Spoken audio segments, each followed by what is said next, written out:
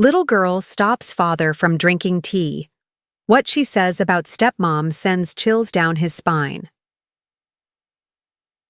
The morning sunlight touched the kitchen windows, warm and soft, just like it did every morning. Little Lila Morgan stood on a wooden stool, carefully wrapping her dad's sandwich in foil.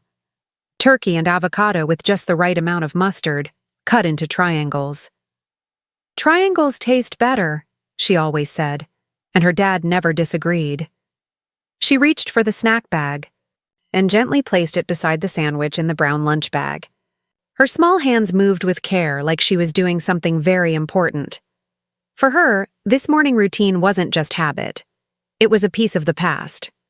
Her mom used to do this before she passed away 3 years ago.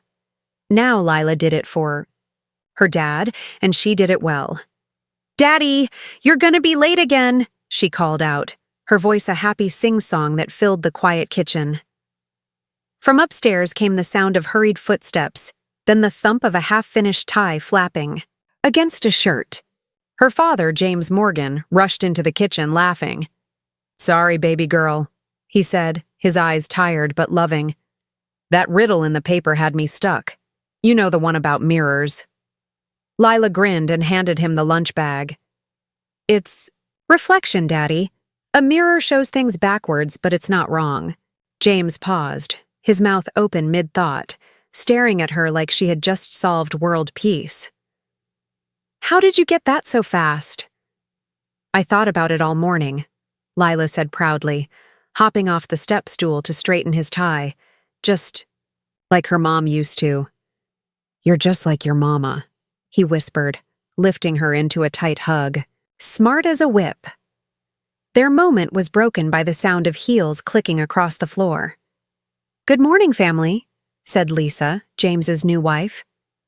She looked perfect, soft blonde curls, clean makeup, and a big, practiced smile.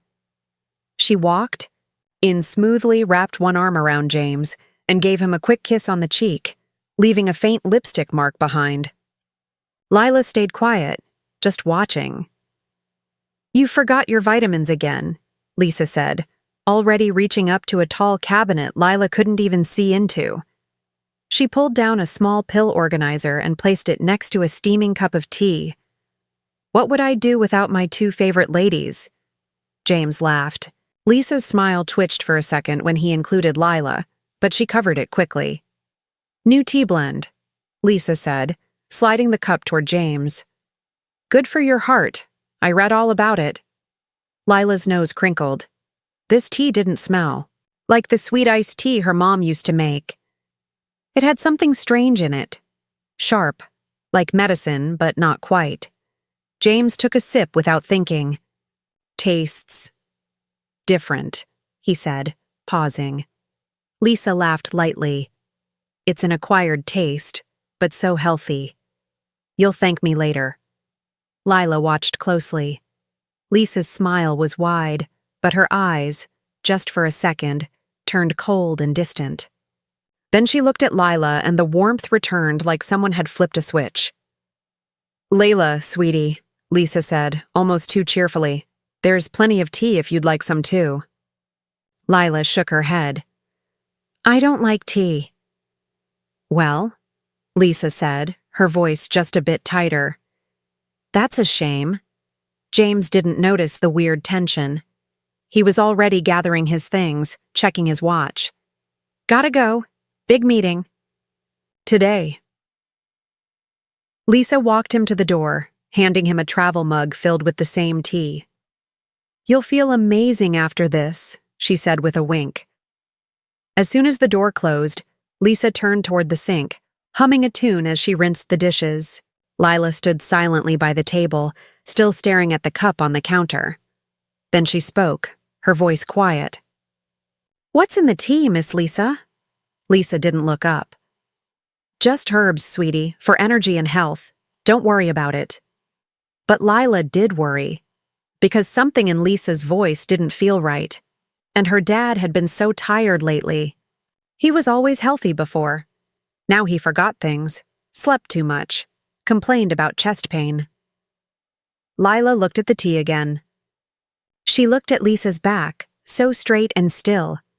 Something inside her, a small whisper she couldn't explain, told her not to trust that cup. She didn't know what it was yet. But something wasn't right.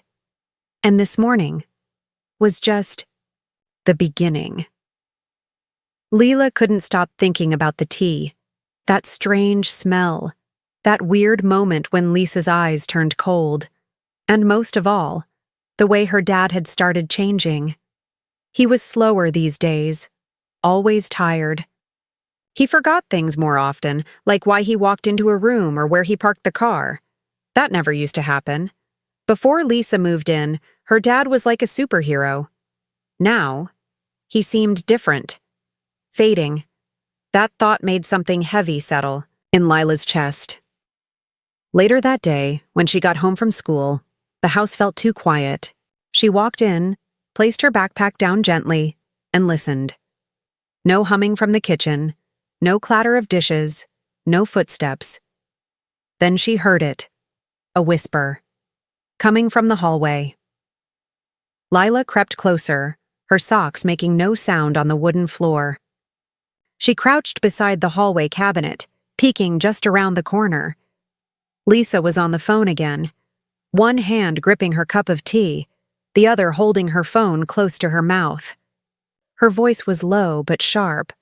"I told you not to call me here. No, not yet. He's still drinking it every morning.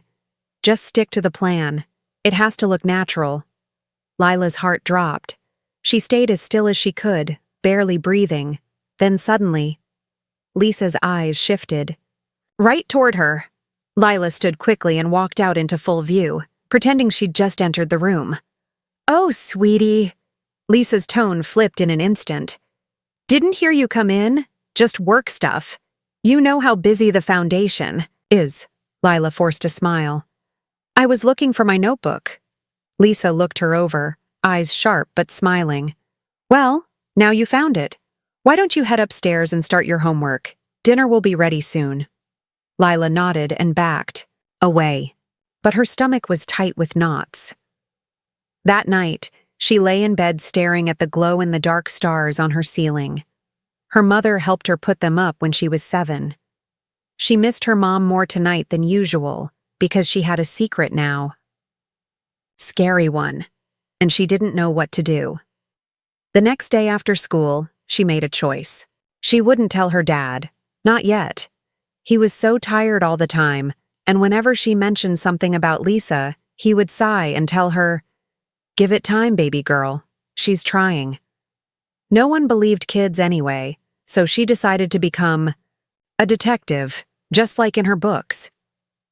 First step, watch, learn, find clues. Over the next week, Lila paid attention to everything Lisa did. Where she went, what she touched, what she hid. She noticed something strange. Every day, Lisa would go into the guest room, the one they rarely used, and come out minutes later holding a small keychain. It didn't match any of the house keys. What was she locking in there?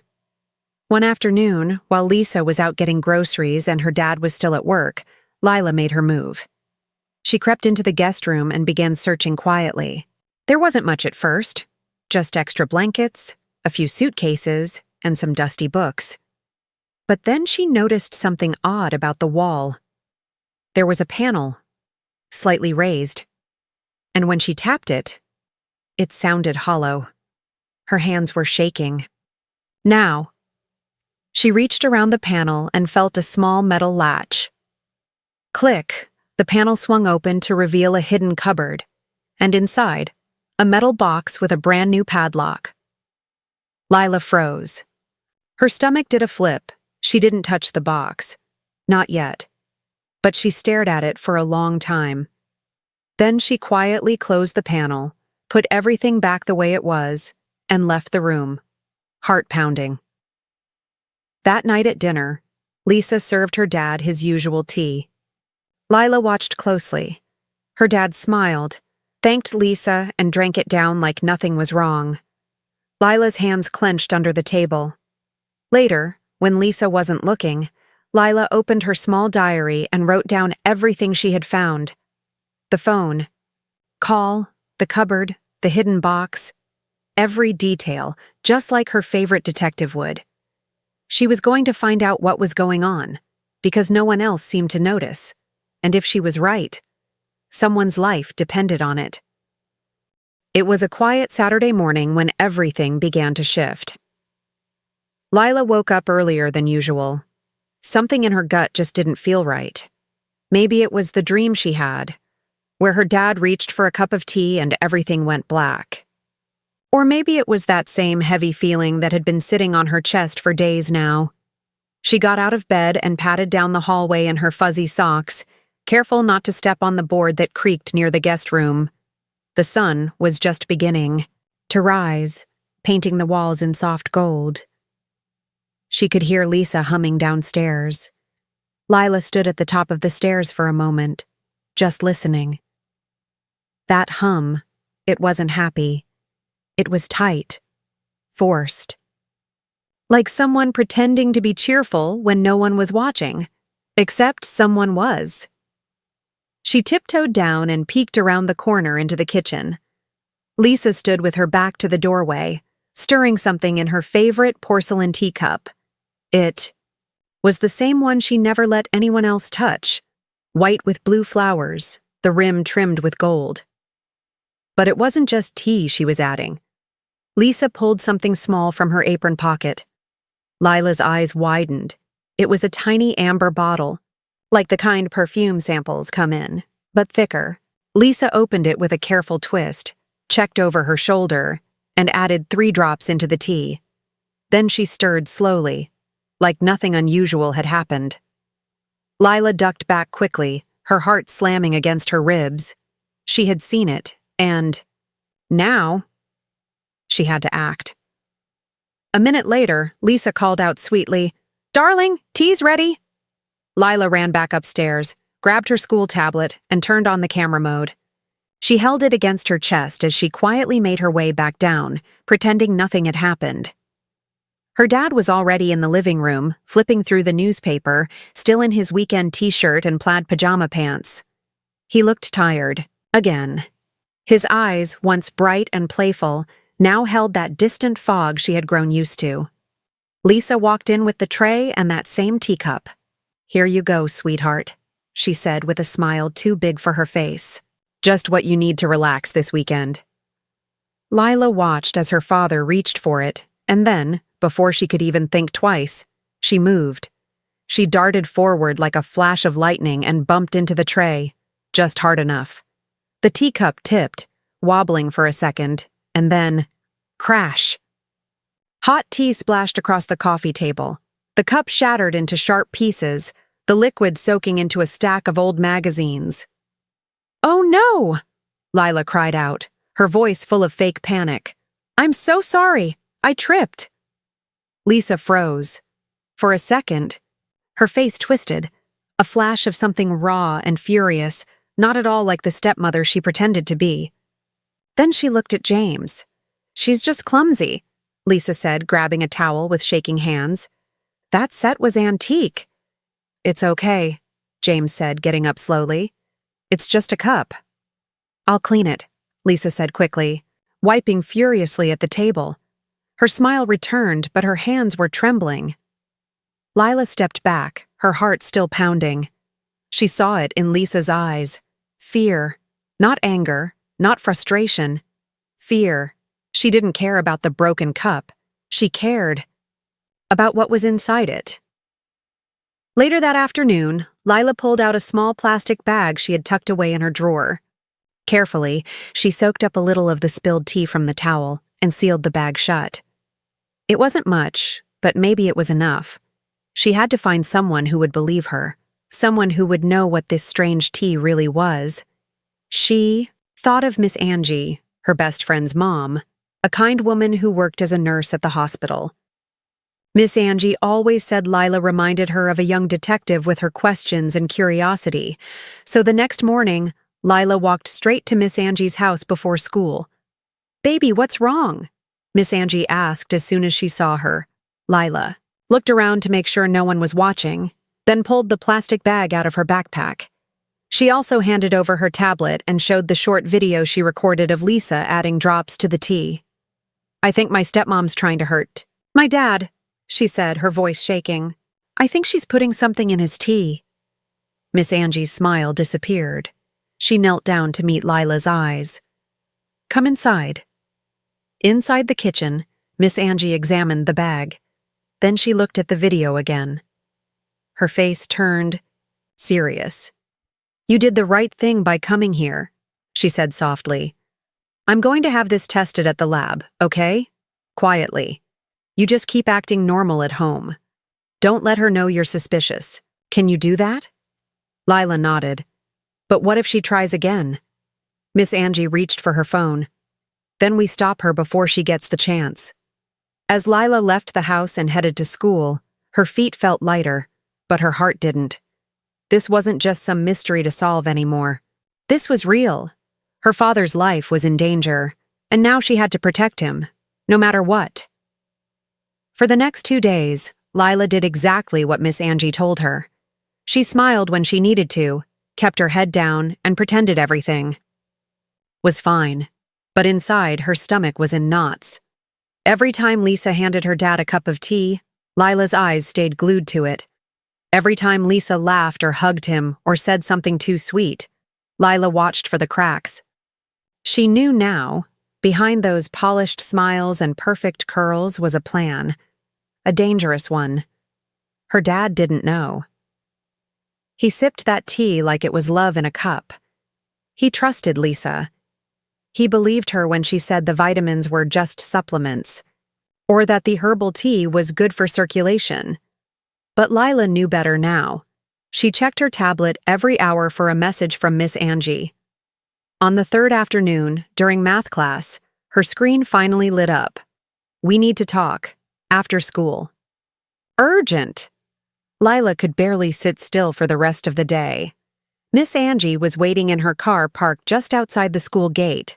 Lila hopped in and the door closed with a heavy click.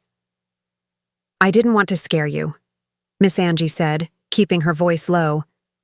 "But I had the tea sample tested by someone I trust at the hospital lab." She reached into her purse and handed Lila a folded paper. "Lab results. There's a chemical in that tea called digitoxin. In small doses, it can mimic heart issues. Dizziness, fatigue, confusion. But over time, it damages the heart. And if the dose increases..." She paused, meeting Lila's eyes. "It can stop the heart completely." Lila's lips parted, but no sound came out. Her dad, the tiredness, the forgetfulness, the aching chest. It all made sense now. "I knew it," she whispered, her hands curling around the test results. "I knew something was wrong." Miss Angie gave her a gentle pat on the shoulder. "We're lucky you acted when you did. Now we need to be careful. We can't confront her, yet. But we can stop your father from drinking any more of that tea." Lila nodded. Her throat felt tight. "Do you have anything else? Anything that could help build a case?" "I have pictures of the bottles," Lila said, already digging into her bag for her tablet. "She keeps them in a locked cabinet in the guest room. She thinks I don't know. And she was talking on the phone again last night, saying something about insurance papers." Miss Angie blinked. "Insurance? Like life insurance?" Lila nodded slowly. "She said the money would take care of everything." Miss Angie sat back, her face pale now. "I think it's time we brought in someone who can officially investigate." The next morning, Lila was introduced to Detective Robinson, a tall, serious woman with kind eyes and a voice that made people listen. She met them in Miss Angie's office at the clinic, pretending to be a health visitor. Lila showed her the video, the tea bag, the test results, and the photos of the pills. She explained how Lisa always made sure no one else touched the tea, how the cabinet was locked, and how her father had been acting since Lisa moved in. Detective Robinson didn't interrupt. She just listened, took notes, and nodded. "You've done incredibly well, Lila," she said finally. better than some of the grown-ups I've worked with. I'm going to file for a warrant to search the house, but we'll need a bit of time. Lila frowned. How much time? A few days? Maybe less if we're lucky. Until then, no tea. Can you manage that? I'll figure it out, Lila said. And she meant it. That night she came home to the smell of lemon herb chicken. Lisa was humming again in the kitchen. The tea was already poured. 2 cups, 1 for her father, 1 for the trash. Darling, Lisa said with that honey-sweet voice. Your favorite blend. Go ahead, it's nice and hot. Lila stepped in quickly. Dad, can I show you something upstairs real quick? It's about that riddle you couldn't figure out. James smiled, tired but curious. Sure, baby. Girl, Lisa, I'll drink it when I come back. Lisa's smile stayed, but her eyes? They darkened, just slightly. Lila didn't miss it. Upstairs, she distracted her dad long enough for the tea to cool, and then she offered to reheat it herself. But instead, she dumped it into the sink and replaced it with plain hot water. Here you go, she said, handing him the cup. James took a sip, made a face. Tastes different today. Lila smiled innocently. Maybe the herbs are weaker. Lisa didn't say anything. She was too busy staring at the teacup in his hand, her fingers twitching at her sides. For the next 2 days, Lila played her part like a pro. She dodged, delayed, and distracted. If Lisa offered tea, Lila spilled it. If Lisa left the room, Lila checked her drawer. And each night, when Lisa went to bed, Lila scribbled every little detail in her notebook. What Lisa said, how she acted, when she made, the tea and how long the bottles lasted. The pressure was building. Lila could feel it. Lisa had started watching her more closely now, asking strange questions, trying to catch her in lies. Did you move my drawer organizer? Lisa asked one morning. No, Lila said. Why? Lisa smiled, but not kindly. No reason. Then, one afternoon, Lila heard something that chilled her to the bone. Lisa was in the kitchen again, on the phone. And this time, she wasn't whispering. Yes, everything's ready. Tonight. The final dose. After dinner. Lila pressed her back to the wall, every hair on her arm standing straight. Final dose. It was happening tonight, and she was out of time. The clock on the wall ticked slower than usual. Lila sat at the kitchen table, pretending to work on her homework. But her pencil hadn't moved in 10 minutes. Her ears stayed sharp, tuned in to every creak of the floor, every rustle of a spoon, every clink of a glass.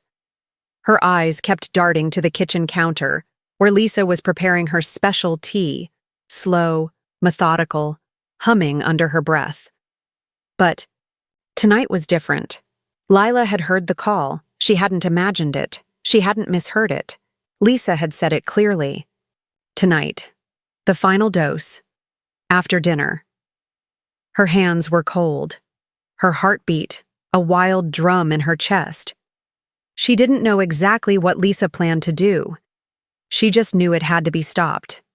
Tonight. Somehow. Lisa turned slightly and caught her watching. Her eyes narrowed for just a second, then she smiled. Dinner's almost ready, sweetheart, she said with her usual sugary voice. Your father's favorite, and of course his evening tea. Thanks, Lila mumbled, trying to sound normal. Smells good, doesn't it? Lisa's voice held something else now, tension, a kind of hidden urgency, like someone who knew the clock was ticking. Lila pretended to focus on her homework again, but she was making a plan. She didn't have time to wait for Detective Robinson or Miss Angie. Her dad could be gone before they even knocked on the door. She needed to act. Right now. A few minutes later, her father walked through the front door. Tired doesn't even begin to cover it, James groaned, dropping his briefcase by the couch. I need a weekend with no emails, no spreadsheets, no people. Dinner's ready, honey. Lisa called cheerfully. Come sit. Lila watched him walk to the table, loosening his tie, smiling at the smell of food. He looked at peace, relaxed. He had no idea his life was hanging by a thread. Lisa placed the teacup in front of him with a strange kind of care, like it was fragile glass or a trophy. Her eyes sparkled, but her hands were stiff. There you go, she said softly. Your special blend. Lila's eyes locked onto the cup. This was it. James reached for the tea, ready to take his first sip, and Lila moved. Quickly. Suddenly. She stood and stumbled forward, knocking into the edge of the table. The teacup tipped. Hot liquid spilled across the table, splashing James's shirt and running over the wooden surface. Like melted honey, the cup hit the floor with a sharp crash. Oh no! Lila cried, eyes wide, voice shaky. I tripped! I'm so sorry! James blinked, startled, brushing tea off his shirt. Hey, it's okay, baby. It's just tea. Lisa didn't speak right away. She was frozen, staring at the shattered cup. Her hands clenched into fists at her sides. Her jaw twitched. Her smile was gone. And for a moment, just 1 second, Lila saw the mask fall off. Lisa's face twisted. Not into sadness or concern, but into rage. Clumsy girl, she muttered, her voice cold. What was that? James asked, confused. Lisa blinked and looked up. The smile came back. Barely. I mean, poor thing. Must have been an accident. It's fine. I'll make another. No, Lila said too quickly. It's late. Dad's tired. He doesn't need tea tonight. James looked between them. It's all right, sweetheart. Accidents happen. Lisa forced a laugh. Of course. Let me just clean this up. But her eyes were fire. Lila knew in that moment. She was no longer just suspicious. Lisa knew. She knew Lila was onto her, and Lila had to move fast. After dinner, while Lisa was busy in the kitchen washing the dishes with more force than necessary, Lila pulled her dad aside in the living room. Daddy, she said, voice quiet. Can I show you something? It's really important. Of course, baby girl. What's going on? She grabbed her tablet, heart pounding, hands shaking. This is going to sound crazy, but I need you to trust me. Please don't interrupt. Just watch. She connected the tablet to the living room. TV, like he'd shown her how to do months ago. Then, she hit play. Lisa's voice echoed through the room. Just stick to the plan. He's still drinking it every morning. It has to look natural. James leaned forward slowly, his brow furrowed. What is this? There's more, Lila said quickly, pulling up photos she took of the hidden bottles. Those are from the locked cabinet in the guest room. I saw her pouring drops into your tea, every day. Then I had Miss Angie help me test it. She handed him the lab report. James scanned the page slowly. Then again. His fingers trembled. Poison, he whispered. She's been doing it for weeks. Lila said, voice breaking now. That's why you've been tired all the time. That's why you don't feel like yourself. She's trying to make you sick. I think she wants the insurance money. James looked like he had been punched. He stood slowly. Where is she? No, Daddy, please. Lila grabbed his arm. We can't confront her yet. Detective Robinson is coming. She has a warrant. She's probably on her way right now. Just wait, please. Just then, a knock at the door. James moved to open it. Standing on the porch, in plain clothes but with a badge visible, was Detective Robinson. She looked at Lila first and nodded. You did good, kid. Then she looked at James. Mr. Morgan, we need to come in. We have reason to believe there are substances in your home that could endanger your life. Behind her, officers were waiting, gloves on, ready. And inside the kitchen, Lisa stood motionless, towel still in her hand, water dripping from her fingers.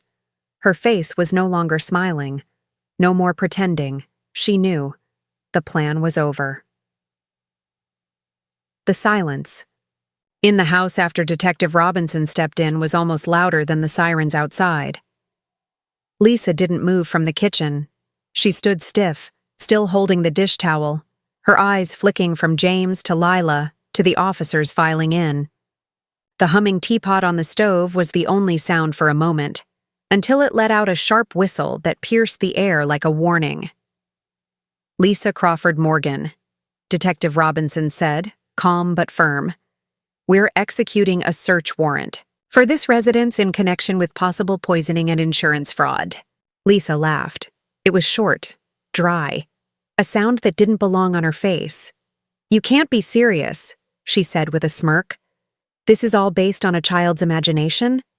James, tell them. Tell them this is ridiculous." James didn't speak. He was still holding the lab report in one hand and Lila's tablet in the other. He looked pale, confused, but his jaw was tight now, clenched in a way Lila had never seen. Lisa's voice changed. She stepped forward, hands held out. "Honey," she said gently, "they're misunderstanding something. That tea, it's herbal, natural. I read about it in a wellness magazine. I was just trying to help you feel better." James looked up. "What's digitoxin, Lisa?" Lisa paused. "What?" He held the report in her face. "The lab found it in your tea. It's a cardiac toxin. That's what you've been giving me." That's not true. You don't know what... It's enough to mimic a heart attack in the right dose," he continued, voice shaking. "And with a little bit every day, nobody would even question it when the real thing came." Lisa's expression cracked for the first time. "Lila," she hissed, eyes shifting toward the girl who stood slightly behind her father. "She's just a jealous little girl." "I saw you," Lila interrupted. Her voice didn't shake this time. "I watched you pour it in. I recorded your calls. I found the hidden bottles. You were going to kill my dad." That was it. Lisa dropped the act. Her face hardened. "All I ever wanted was a fresh start," she snapped, her voice low and tight. "But no, you couldn't let that happen, could you?" Detective Robinson stepped forward. "Hands where I can see them." Lisa didn't resist. Not really. She was too angry, too defeated. As the handcuffs clicked around her wrists, she didn't scream. She didn't beg. She just glared at Lila with a look that sent chills straight down the girl's spine. "You'll regret this," Lisa whispered. "No," Lila said, her voice small but firm. "You will." The next 2 hours moved like a blur. Officers searched the house room by room. They found everything Lila had described. The locked cabinet behind the panel, the bottles with chemical names, the false prescription labels, the altered life insurance documents. They also found something even more chilling. Lisa had already made calls to finalize James's beneficiary transfer and had even drafted funeral instructions. She was preparing to finish the plan this weekend, one officer said quietly to Detective Robinson. James sat on the couch, hands covering his face. He hadn't spoken much since the officers arrived. Lila sat beside him, holding the tablet tight in her lap, her little legs swinging nervously above the floor. Finally, Detective Robinson returned from the guest room. "She's not going to hurt anyone else," she said gently. "You saved your dad's life, Lila. And this evidence, it's more than enough for the DA to press multiple charges. She's not going anywhere."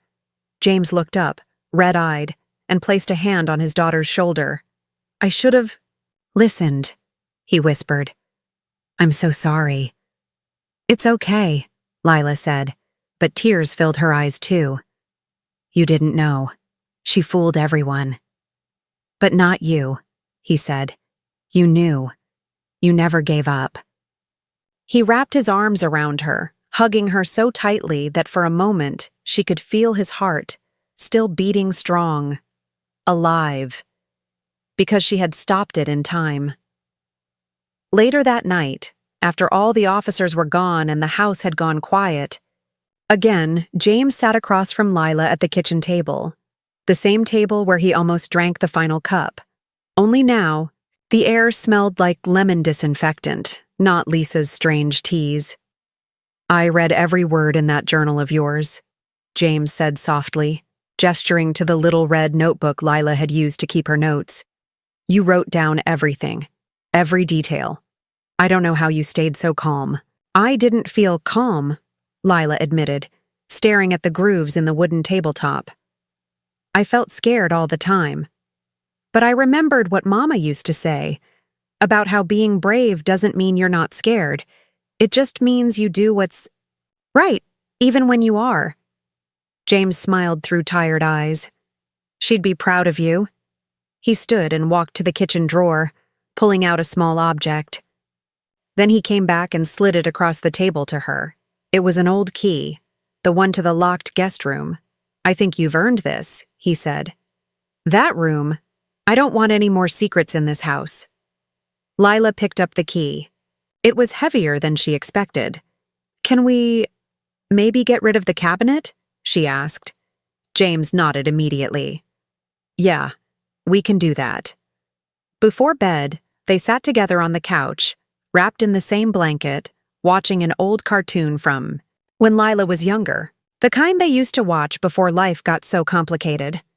As the credits rolled, James turned to her. "What do you say we start fresh?" he asked.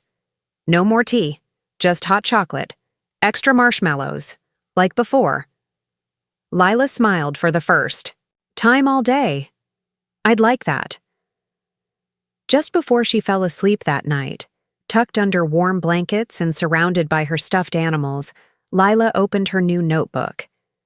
She began to write. "I used to think monsters only lived under the bed. But sometimes they wear nice clothes, smile sweetly, and call you sweetheart. Sometimes they fool the grown-ups.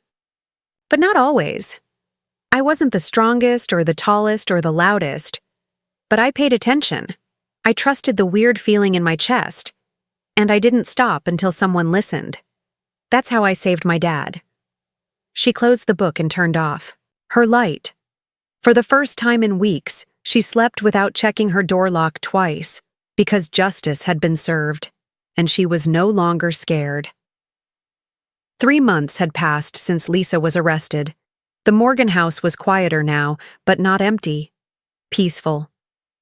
The kind of quiet that didn't make Lila hold her breath. The kind that made her feel safe again. There were no more strange smells in the tea, no locked cabinets, no pretending. Just her and her dad. And healing, the guest room had been repainted.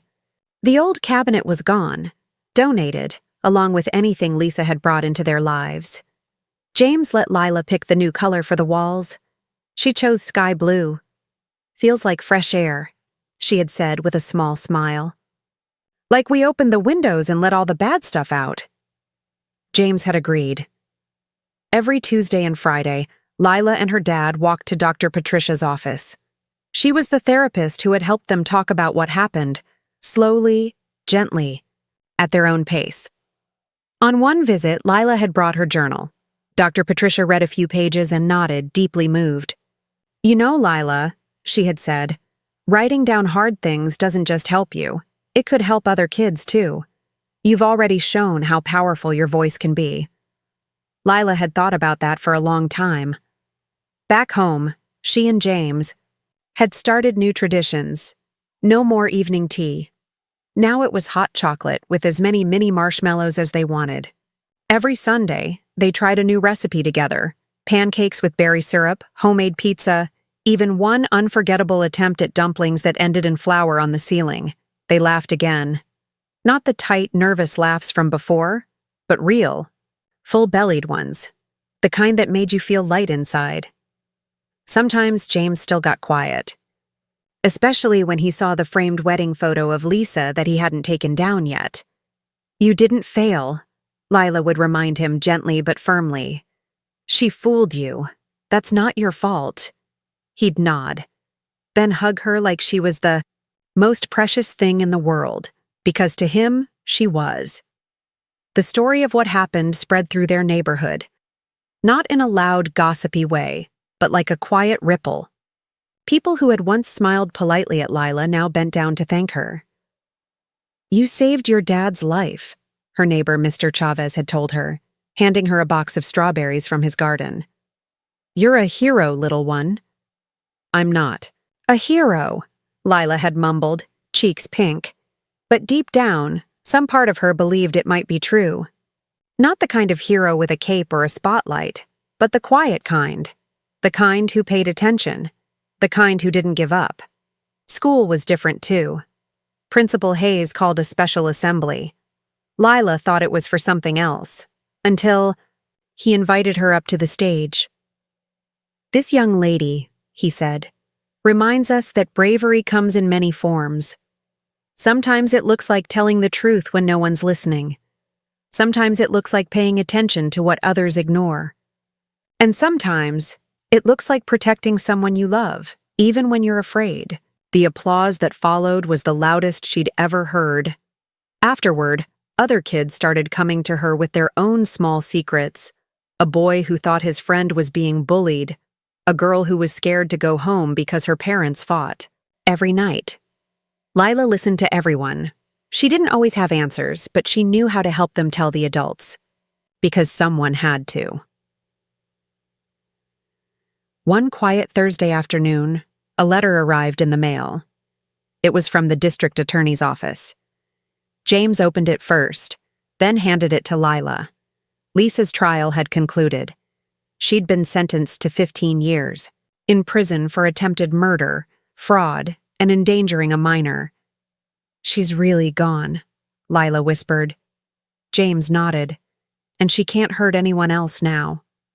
They sat in silence for a few moments, the kind that doesn't need to be filled. Then, James looked at her and said, "What do you say we start truly fresh?" 2 weeks later, they moved to a new house. It wasn't far, still in the same school district, but the neighborhood was different, quieter, leafier. Their new home had a porch swing, a vegetable garden, and a huge backyard with room for a hammock. And maybe even a treehouse one day. Lila's new room had a big window seat, perfect for reading. James gave her the best surprise of all, a small desk with a brass plate that said, "Detective Lila Morgan, Chief of Truth." She cried when she saw it. One afternoon, Miss Angie dropped by with a gift. A detective-themed notebook with gold-embossed pages. "I thought you might want to write your story someday," she said, hugging Lila close. "There are kids out there who might need it." That night, Lila sat at her desk and wrote, "Monsters don't always hide under beds. Sometimes they hide behind smiles and sweet words. But you can spot them if you listen to your gut. And when you do, you can stop them, even if you're small, even if you're scared. The truth is the strongest thing we have. That and love." The next morning, James surprised her again. "I signed you up for a summer camp," he said, sliding a brochure across the table. It was titled, "Camp Mystery Makers, for Young Investigators." Lila's jaw dropped. "Detective Robinson helps run this," James said. "She personally requested you for the junior detective class." Lila looked up slowly. "Really?" She said, "You're the kind of kid the world needs more of." The night before camp started, they sat on their new porch swing, sharing a bowl of ice cream under a sky full of stars.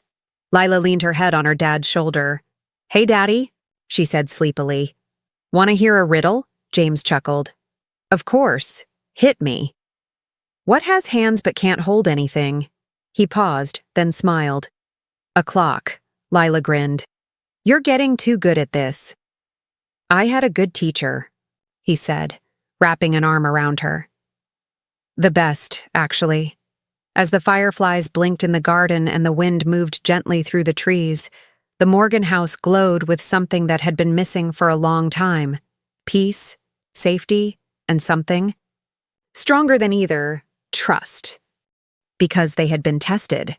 They had faced something dark and walked through it. Together. At sunrise the next morning, Lila stood by the front door with her backpack and a brand new journal. James knelt beside her and helped adjust her shoelaces. Like he used to when she was in kindergarten. You ready? He asked. She nodded. Ready to solve more mysteries? He smiled. Just don't solve your camp counselor's entire life story on day one, okay? No promises. They laughed. Then James stood and hugged her tightly. I love you, baby. Girl. So much. I love you too, Daddy. Always. As the car pulled away and the sun rose behind her, Lila looked out the window with calm eyes and a steady heart, because the worst was behind her, and the world still needed more brave little detectives.